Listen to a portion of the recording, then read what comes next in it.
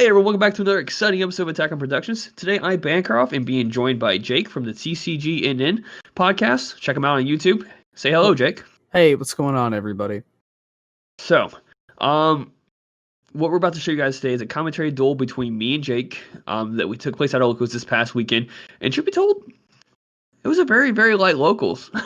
Yeah, I think the stars aligned in the worst way possible last weekend, but hopefully we'll get some more action this weekend coming. Yes, I mean, this coming weekend is our championship weekend. I believe so. So I chose to go with the 21 deck I made, which you've all seen as a profile, and I think you've all actually seen me. I don't know why I have music playing. You guys can't hear it, but I'm gonna pause the audio because it's distracting. But There you go.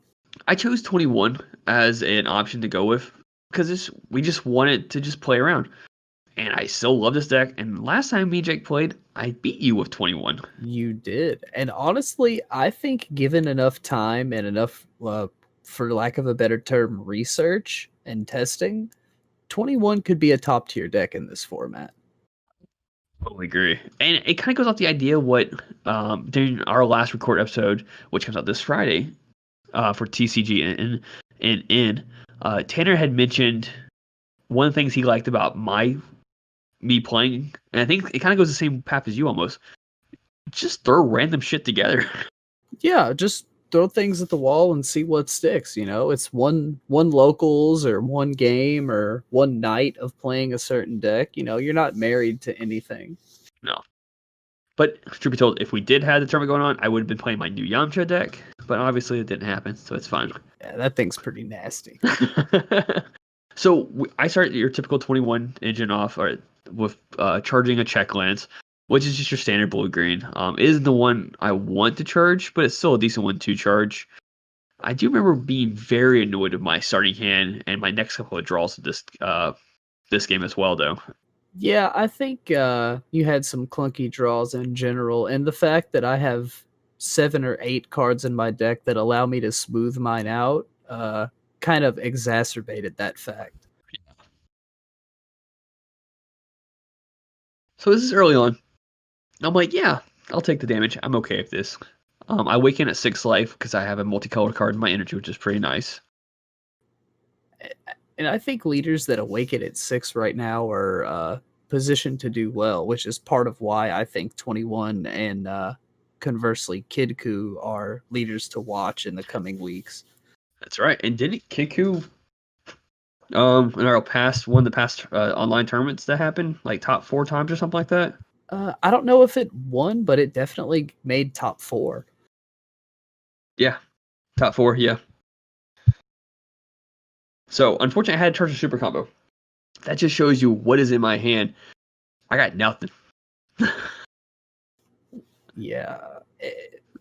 Swinging on me, that's probably good. You want to dig deeper in your deck, especially when you're having hand issues. Yeah, it gives me those draws I need. And on the other side of the table, anytime you see your opponent charge a super combo, it's not a 100% sign to just go in. Sometimes they need to keep things like searchers and other ways to smooth out their game plan in their hand, and sometimes the super combo is just their best charge. Yeah. So you were able to see for a moment there was 2 Super 17s in there, but no bad omens. It's just, I mean, this isn't a bad one to get because it ignores instant exhaust if your leader's 21, but I need those bad omens as soon as possible, and I'm not getting those. Yeah, I think you would have rather charged that 17 than the other 17. Yes. a turn before and got a bad omen here, but sometimes things just don't go as smoothly as we like them. Although you do get to look at the top 10 during this turn. Top 5 twice, but yeah. And Yeah. This hand was even worse, I think. I just pulled the 16, which I think I already had one in my hand. I just didn't want to charge it because I was going to use it when I awaken on my next turn. I guess this is slight spoilers, but were they in your life? What happened here? I think the entire game I only saw 2. I don't want to give away the results of the game, but I did see 2 in the end. I can't remember if one was in my life or not, or they were at the bottom of my deck. Also, for clarification, the reason why I read the card the second time when I played it was because I could not remember if it was a once per turn thing or not. So, just it didn't matter which one I charged. If I charged regular 17, if I charged super 17, because they both go inactive on my next turn anyway, so it's fine. Yeah. You don't really lose out on any value with either play. No. So Also, I went straight into saying what I had. We didn't really go into description of what your deck is. So this is a kind of a blend of the Gotenks apes that's going around right now and a classic HOM list. I think the utility provided by Planet Vegeta and some of the new ape cards that have come out, along with the Gogeta Unison, complements the Height of Mastery game plan a lot. And since the new counterplays from set 10 are so prevalent, having a game, like having a win condition that has deflect is something that you can't really ignore. So, on your attack, I misplayed. And I even, you might see me react to it in a second. I don't know why I comboed. I don't know why. Yeah, I need to go down to 6 life, and I comboed to 17, when the 18's off. yeah. I think you thought I might have been swinging more that turn and wanted to stop taking damage at a certain point. Either way, it's good to be defensive against a Height of Mastery deck. For sure, but the fact that I weaken at 6 life, I could benefit off the 16 to free play by discarding an energy, free play the blocker, go off on the leader side to draw another card and reset one, and then I can freely tap out that point, being okay with resetting one of my energies at the beginning of your turn. Yeah, that sounds a lot better than comboing for 5k. Yeah. I don't know if it was in the moment. I'm like, okay, because I think I saw you had the ape. I'm like, okay, cool. He's gonna probably play something else and then swing at me again. And I'm like, oh yeah, he's playing Height of Mastery. He's not gonna attack again. Oh no. Yeah. And that's what I really like about this kind of toolboxy style of deck is you can really modulate your game plan to what your opponent is playing, even though you're kind of locked into a more aggressive-y / mid-range strategy. Your Successors of Hope and your Planet Vegetas let you kind of pivot when you see trouble on the other side of the board. Yeah. So I can't remember if you're swapping here, or if you're playing it. You're playing your Gogeta. That's right. I'm going into the Unison. Yeah. Need to fill my drop area for Sparking 7 later in the game. Such a good idea. It helps you get rid of cards you don't need, or or if your opponent's not attacking you. Yeah, and the one drop grandpas have the tendency to get stuck in your hand some games. Yeah. Allows you to draw 2 extra cards on your turn as well. Now, I can't remember if you awakened this turn or not. I don't think so. I typically try and hold my awaken for the turn I intend to kill my opponent, and knowing how defensive your 21 list is, I didn't think I could pull it off here. But let's see if my memory holds, because it looks like I'm considering my options heavily. You passed. Okay. Yeah, I passed turn. So I couldn't remember if that card's supposed to be tapped or not. When it comes in play from 16, but you passed turn anyway, so it's fine. So I'm at 5 energy, and I still don't have a bad omen. And at this point, if I were to get a bad omen, I don't think I'm seeing any more. I only play 3 of the 18s, so I have to rely on the fact of I think comboing. Excuse me, comboing off a bad omen if it's in my hand, just so I can switch it out later. And that's such an unfortunate line of play to have to take. I'm actually about to do that now. I think about it. It was this turn. Yeah. I couldn't remember what turn it was going to be. Because I remembered starting to get nervous right about here because you're unawakened. You're comboing off bad omens. I've already said no negates. Like potentially you could combo off multiple bad omens here, and with some Sensu Bean trickery, just kill me before I really have a response. Now, I will say. Also, I want to apologize. We changed position at the shop today for better lighting purposes, or at least the table beforehand was constantly moving when we played on it. So we switched to a different table, and I didn't realize the lighting was as bad. And I do apologize for that massive glare on my side of the field. But yeah, I had another 2-drop 16 in my hand, and I think I was trying to, before I played, I was like, let's see if I can just pull another gate in my hand, just use that for it.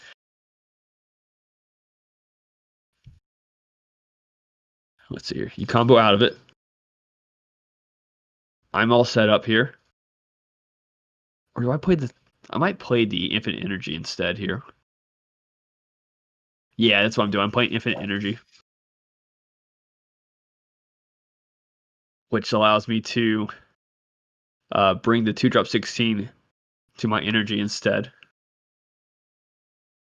So now I'm at 6 energy.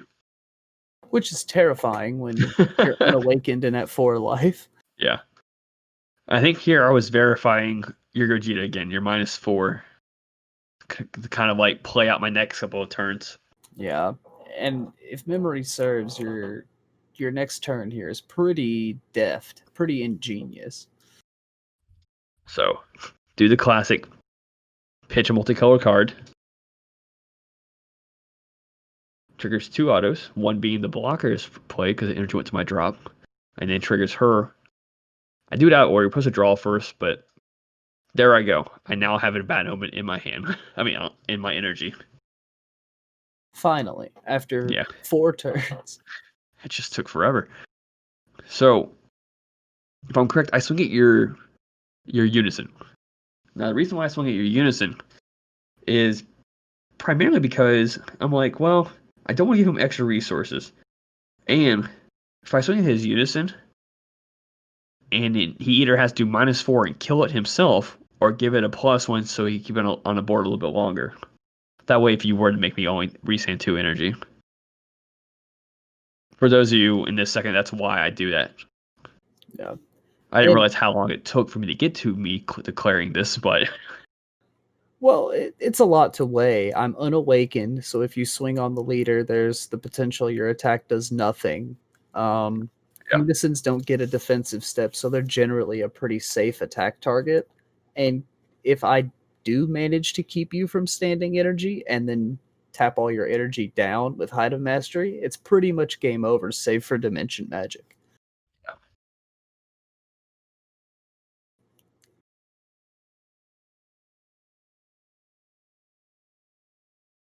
I think I'm double checking wordings of certain cards real quick to see which ones to restand with Sensu Bean, because both the 21 and Infinite Energy, if correct, restand a multicolored card on your opponent's next main. So I didn't want to restand Bad Omen or this 17 on the field, which severely complicates my subsequent turn.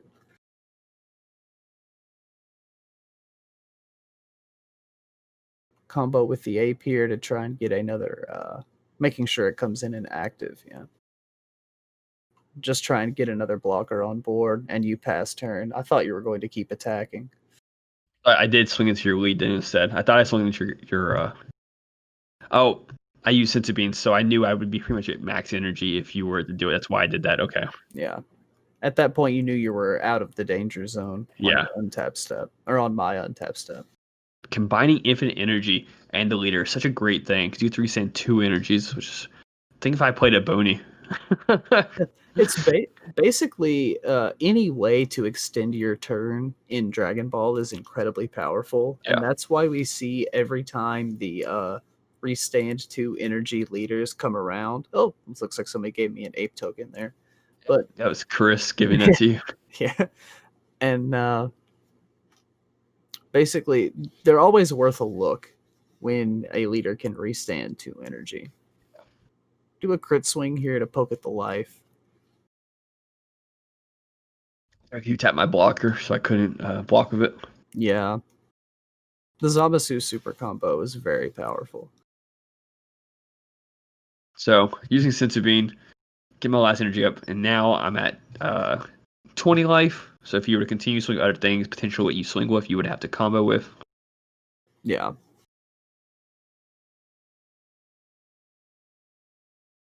So trying to continue the pressure. And I'm not even at 4 life yet, so I'm okay with taking that. Yeah. Swapping into Path to Greatness. So, yeah, Path to Greatness has Deflect on him as well, right? No, just Barrier. Just Barrier, yeah. See, right there. I'm like, Yeah, I can see the trunks in your hand.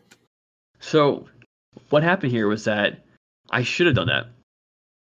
But what happened was that even though I played Lineage when it first came out, and I stuck with Lineage as long as possible, because it is my favorite archetype, I could not remember for the life of me if Height of Mastery had Deflect or not.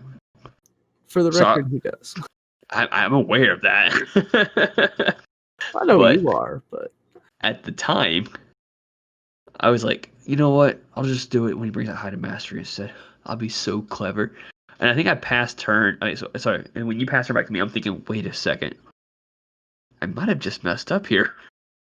Well, that move ended up being one of the most psychological moves I think you've ever pulled on me, except when we were playing turn 2 Han against Prison Frieza. But you not counterplaying the swap right here, because I know you played Lineage, and I know how the turns play out, that I'm thinking you have something even better than the Trunks counterplay to hit me with, and I can't for the life of me think of what that is. I'm studying my hand. I think I just pass back to you here at some point. Yeah, you have the 7 cards, and then you had the 4 energy, and I'm like, okay, can I do this? Come on, play it. I dare you. And I chose to +1. Yep. Which would be kind of questionable. I was like, does he have it? Which I'm not sure. Did you have it at that point in your hand? I had one in my opening hand. Okay.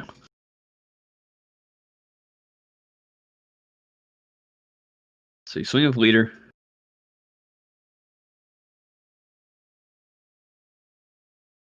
Did you not? Have you not drawn yet? I don't think you did. No. I might have forgotten. Yeah. You might. I think you did forget. I didn't see you draw, at least, if you did. Me either. Oh, well. I will see it when I go back over it. All right. So, fun fact. Blocker has unique. Or there's going to be one card. I can't remember if it actually has the tag. I don't think it has the tag on unique, but you can only have one in the battlefield, if I'm correct. So I was like, well, I can't do that again. And once again, I had to charge another Super 17 because I have not seen the you're yada yada. Me to restand my 8. Yeah. I was like, I'm going to swing into that. And I'm like, oh, wait. No, I'm good.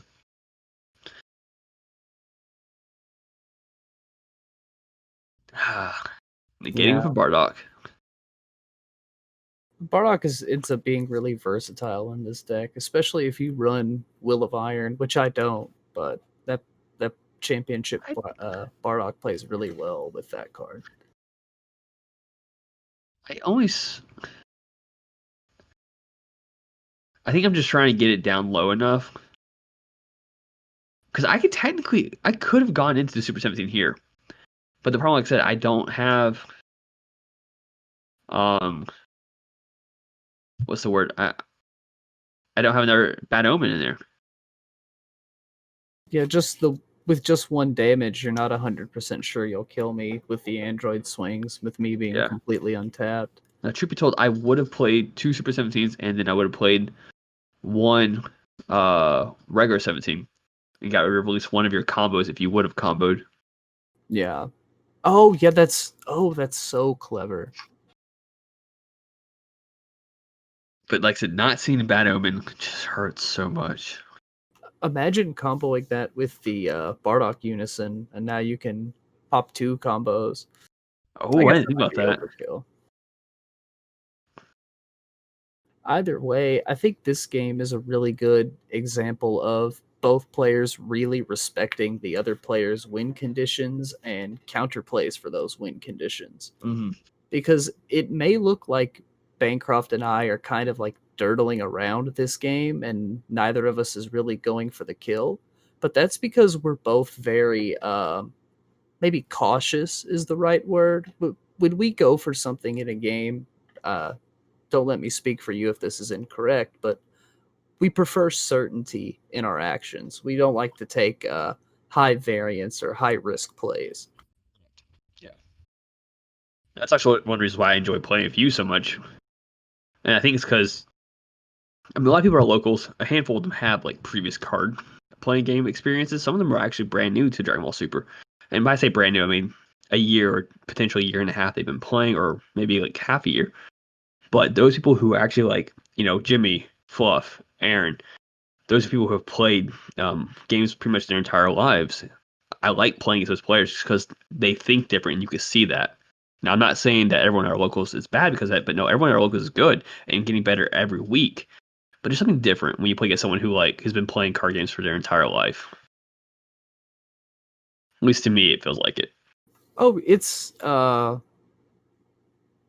definitely something you could pick up on somebody's level of experience when sitting across from them, like at a locals or at a regional.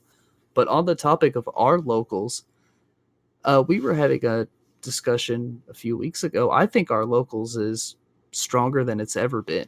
I would agree with that. Yes. Like, it is more difficult to take home the W now than it has ever been since I've been playing. And I've been playing with you guys since around set 7. So about a year or so at this point. Yeah.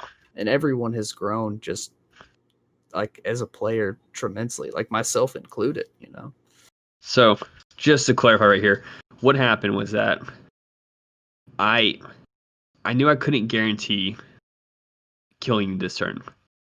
And if I couldn't kill you, I would be down to like 1 energy. No, I would have had 3 energy, actually. But then I would have had to start the whole chain over again and try to get those back up and whatnot. So I just went for your Unison. I played a super combo to get a draw off it. And then I just swung with my Unison to hit you, and then I negative declared the whole board. Knowing that now, if you were to play battle cards, if you wanted to hurt me, which I kind of predicted you would kill off your Unison. Yeah, and additionally, removing the established pieces of Height of Mastery gives you a lot more time on that clock. Now, I do know you have you still have that Bardock, I think, war card, right, in your hand? The Ape, yeah. Yes. I searched it out turn 1 and never ended up using it. I thought Zeno would show up a lot sooner and I'd have to try and contest his +2 with a double striker.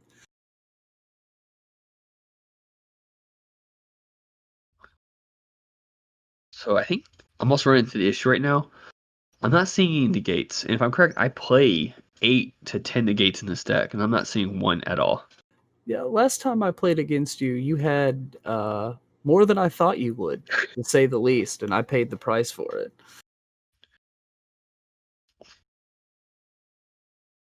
I cannot remember if you play anything. So there you go. You're negging your Unison. No.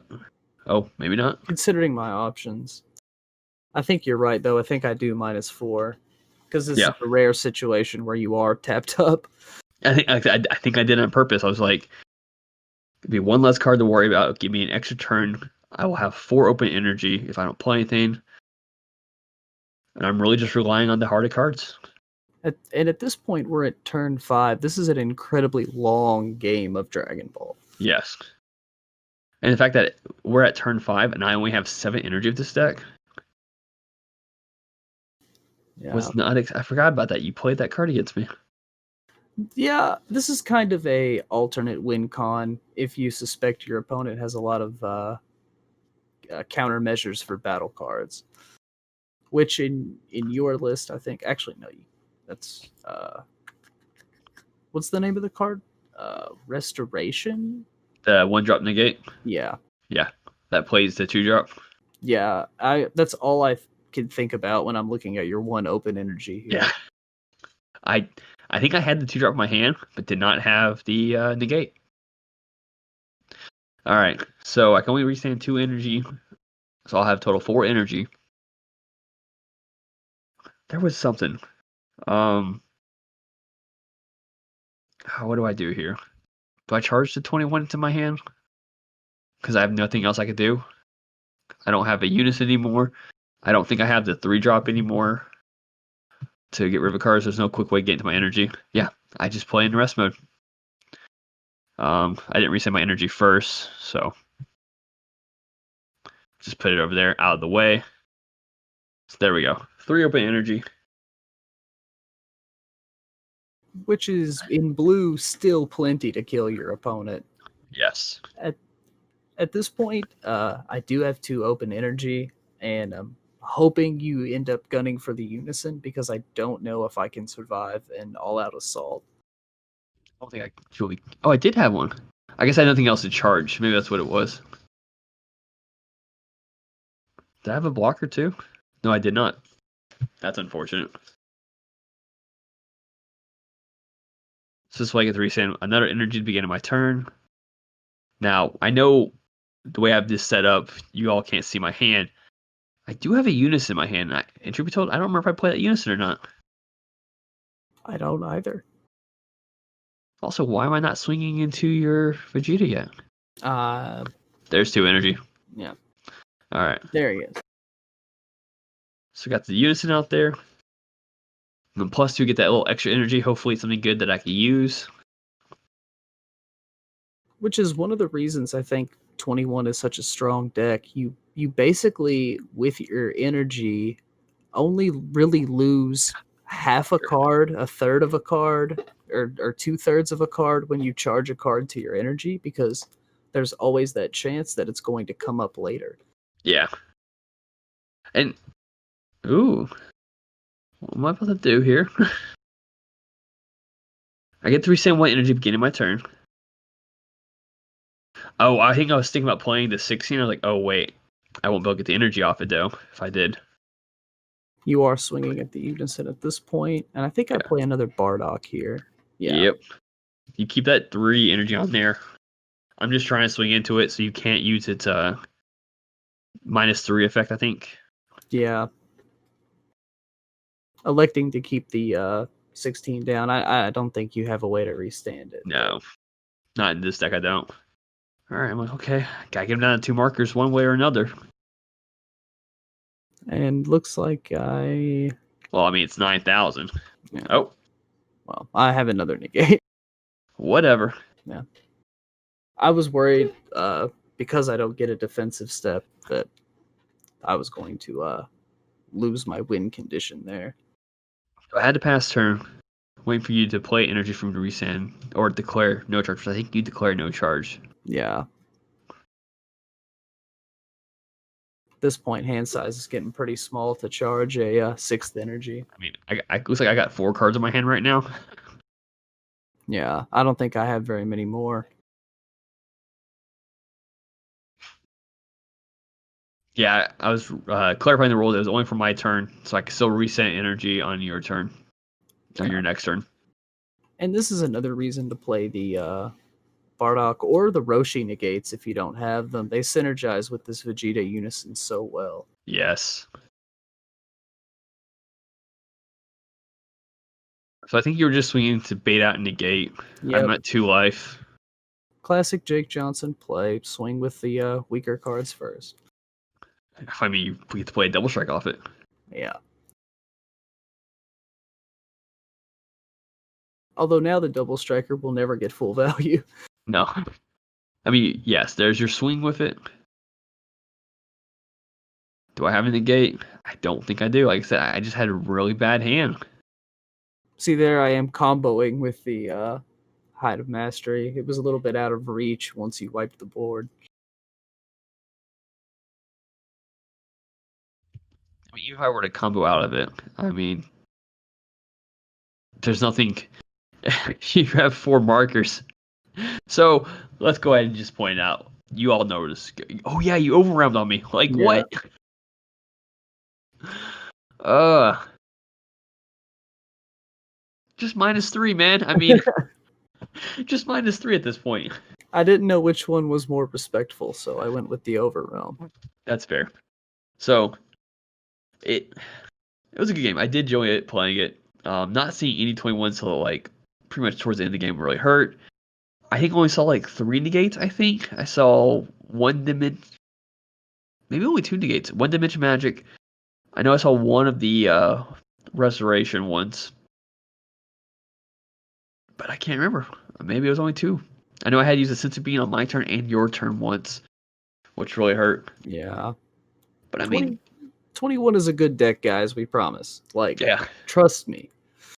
If I brought my stand at that one tournament, you guys could have saw me beat Jake with no problem. It was okay. It was pretty gross. I'm not even gonna lie. Let me rephrase that. It wasn't completely no problem. It was still a decent battle. I think you played Kiku, and I think you were playing Kiku, and I think I just timed it just right at the end because you would have beat me if I there was something I did at the end of that duel. You had more negates than I had 1-drops. That's true. I don't know how that's possible with the new Kiku build, but you had more negates than I had 1-drops. But that covers our duel for today. Thank you all for tuning in. I know I didn't say at the beginning of the video, but like always, hit that like, subscribe button if you haven't already. And putting down in the comments down below, wow, I can't talk, that you would like to see us build or potentially play against and whatnot. And don't forget to check out TCG and N. We do podcasts with them over there. And I think last week's episode we had Aaron on, and this week's episode we kind of go over a little segment about cards.